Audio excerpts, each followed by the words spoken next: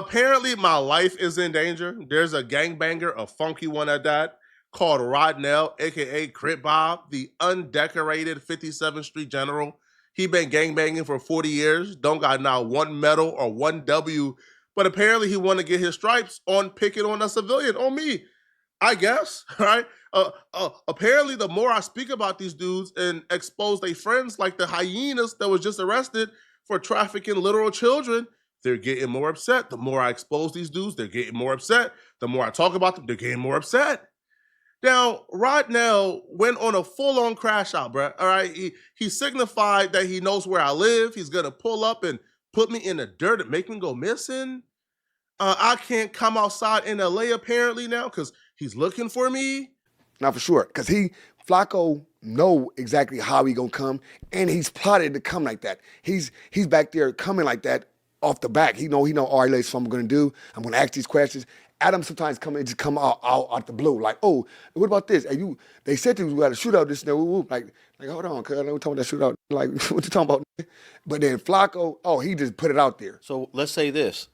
If Flacco just went to an event here in LA where a lot of people from different sets were going to, let's say it's the Crenshaw. What is the one Crenshaw called every year? The Juneteenth stuff? Not the June. Well, let's say the Juneteenth at Lamar Park, where anybody can show up, right, and they see Flacco there.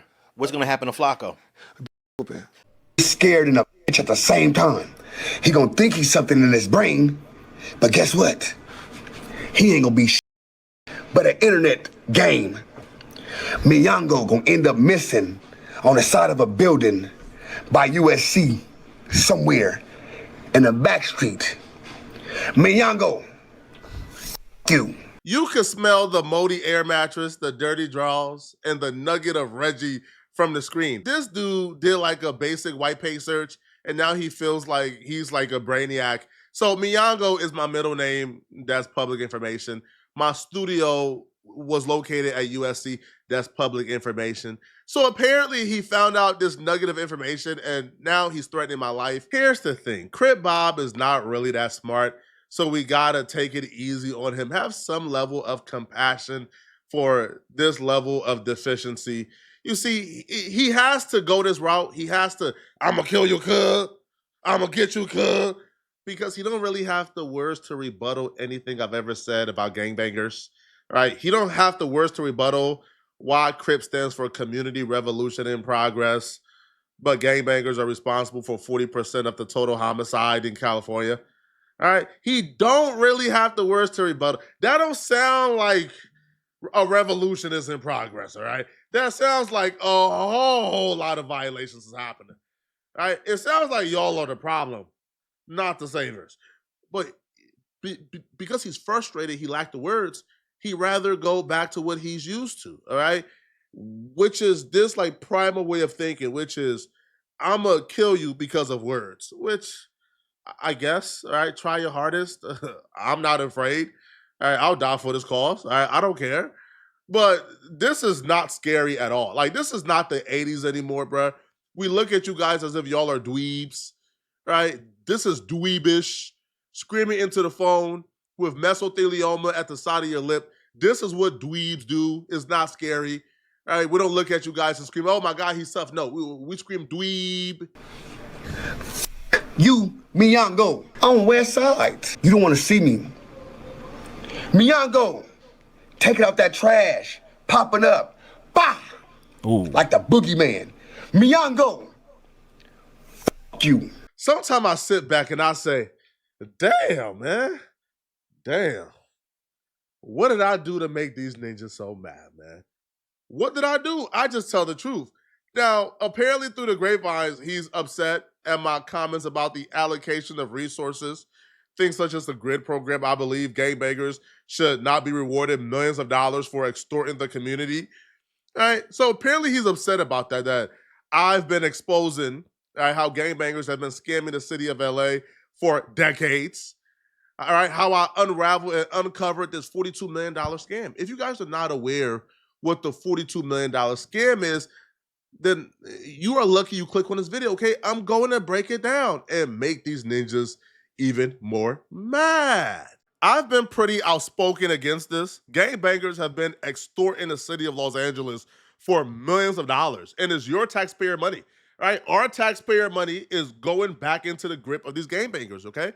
Los Angeles is funneling millions of dollars back to gangbangers of our tax-paying money, right, to fund their addiction to 4X Pro Club Tees and Cali Kush, okay? They are living a wonderful life off of our taxpayer money.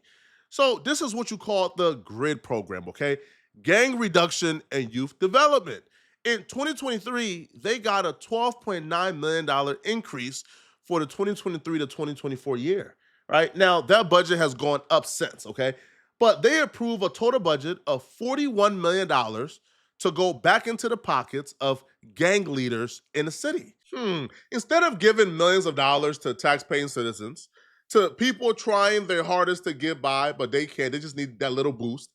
I don't know, a scholarship funds for kids, single mamas who are trying their hardest, literal people who are working day and night to get by, but they just can't because the city is so expensive.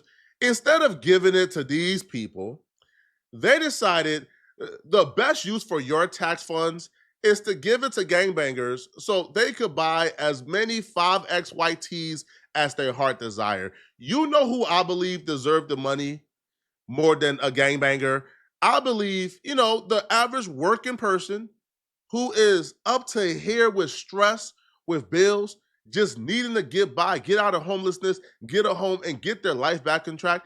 I think people like this will deserve the money more than gangbangers. Before I go, bro, you have this record. I am tired, bro. That's it. I'm tired. I'm tired, bro. I just tried to go donate plasma, but because I just found out I'm homeless because I've been living in a motel for the past year and a half.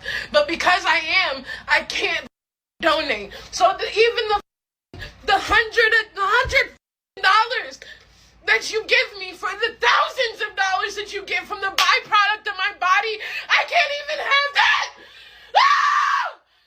Fuck! Shit! Oh my God, bro. But the question is, what is the GRID program? And why is the city giving $42 million of hard-paying money from tax-paying citizens or hard-paying taxes? Why are they giving it to gangbangers? Why are they giving $42 million of my hard-earned money and your hard-earned money to gangbangers who loaf around and don't work as hard as you? Why? Why? Well, the GRID program was set up about 2 decades ago in 2007, and it was set up to reduce gang violence. It didn't work, all right? LA is just as dangerous as ever, all right? But even if it's a little less dangerous, even if the statistics have gone down a little bit, it still wouldn't be worth the $42 million they're currently getting. It's unfair. And also, too, bruh, all right, we're about to do a deep dive into exactly what the GRID program is, and you're about to see the GRID program is nothing but good old extortion. It's textbook extortion, but it's legal, right? And they're paying them millions of dollars of your hard-earned money to extort you. Yeah, so the city contract, man, everybody talking about the police this, police that. It came from the mayor's office. It came from Mayor Antonio Villaraigosa, and then it went to Eric Garcetti, and now Karen Bass is really slowly shutting it down. But it never had nothing to do with snitching. You don't tell. Somebody has said, oh, you get a phone from a sergeant. None of that. What it is, the city gives the agency $500,000 a year to reduce violence. So they got to hire 5 intervention workers, 2 case managers. The agency buys the phone. They give them a budget to buy phones. It don't come from a police station or nothing like that. They go out and buy their own phones and give it to the people that work with them. And their main job is just being proactive. So because developing options is in the 60s, well, mainly what they do is Slauson and Crenshaw. What they do is Crenshaw High School.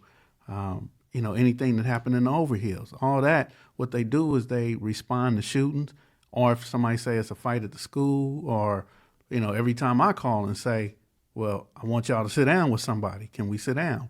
They always come through and sit down. So it's never that you don't have to sit at a meeting. And first of all, let me tell you about Big U. He don't go to none of the meetings. He don't go to the city meetings. He don't show up at the scene. He don't do none of that. Let's pause here for a minute. They give $500,000 to start to gang leaders who believe they have influence in their communities and they could stop or prevent gang violence, okay? Now, there are target words here we gotta fix. Influence, okay? What does that mean? What does that mean, okay?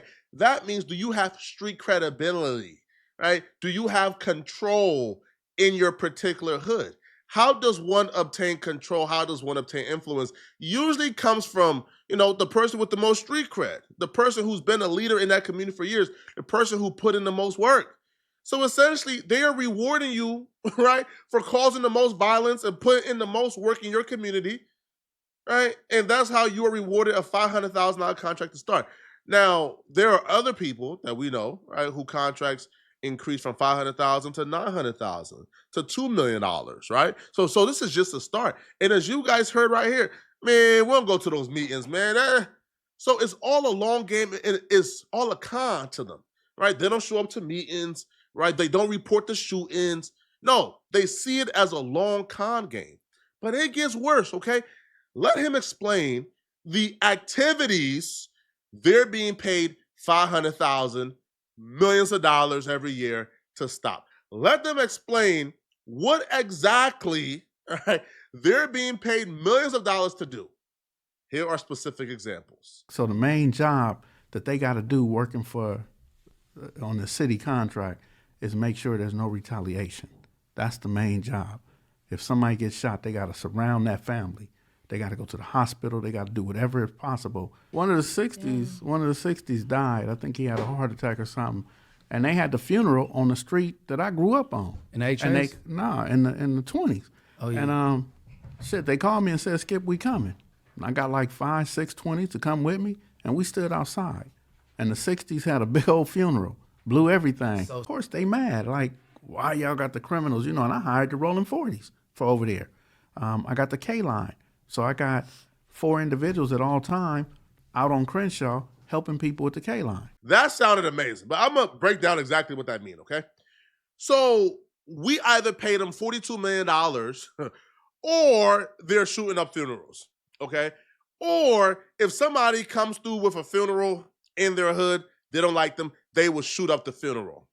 And if we wanted to stop, we have to pay them not to shoot up funerals, okay? If your loved one gets shot, the ambulance got to transport them. We either pay them to prevent them from shooting up the ambulance and shooting up your loved one from within the ambulance, or else if we don't pay them, well, hey, guess what? The ambulance going to be shot up.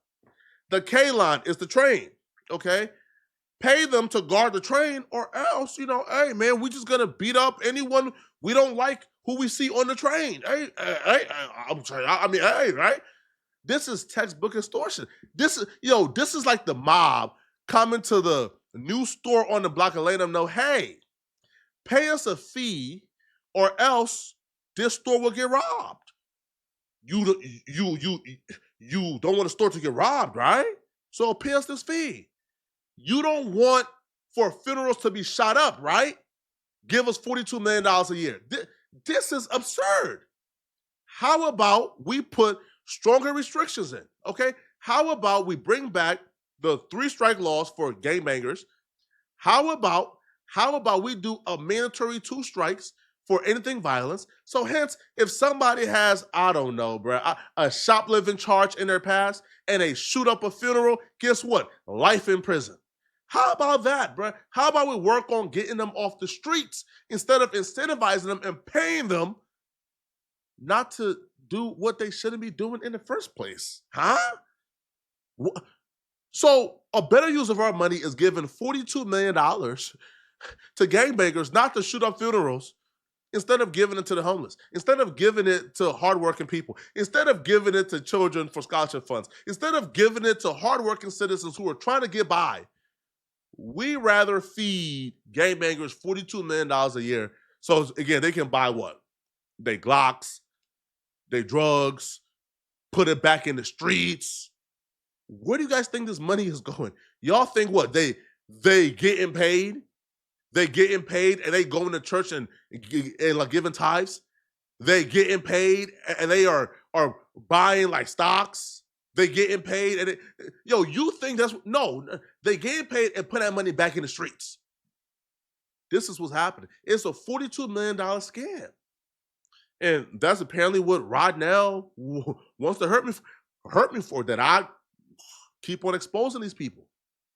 Now, you let me know in the comment section. Do you think it's fair? Do you think a good use of $42 million of our hard-on tax-paying money should go to paying gangbangers not to shoot up funerals? This is what I talk about when I say, man, they are our biggest obstacle. They have a hold on everything, bruh. If gangbangers did not get that money, you know where that money would go? Probably back to you. Probably, hey, listen, man, you trying to go back to college, right? But you can't work the 4 hours and go to college, man, so you're trying to cut down on some hours to study more to improve your life. Well, maybe we could supplement that income with some of that $42 million. Possibly, just possibly, we could, pay for kids who are going to bed hungry. Hey, bruh, here's an extra meal instead of just relying on the school lunch. I don't know, bruh. Here's a laptop to be more efficient at school. There's just so much we could do with that money, but we're giving it to gangbangers not to shoot up funerals. Welcome to California, people. Y'all let me know in the comment section, what do you guys think? And no, I'm not scared of Rodnell. No, I'm not scared of Crip Bob. And no, I'm not going to stop speaking because the truth is the truth. And if y'all want to hurt me for it or kill me for it, go ahead. All right? I'm going to die a martyr, and somebody else will get influenced by my speech, and they're going to just take on what I started. It doesn't matter. Okay? I got life insurance. My mama is retired. She good. If I die today, my mama gets $2 million. Like, I'm straight. But the truth is the truth. All right? And we're not scared of you all anymore. Sorry. Try something else. Let me know in the comment section, what do you guys think about this, man? And if you're still watching, click on this video right here to find out how Lil Yachty is currently in the middle of a career-ending scandal. I'm going to see you guys in this video somewhere on my screen. I'm out of here, folks. Peace.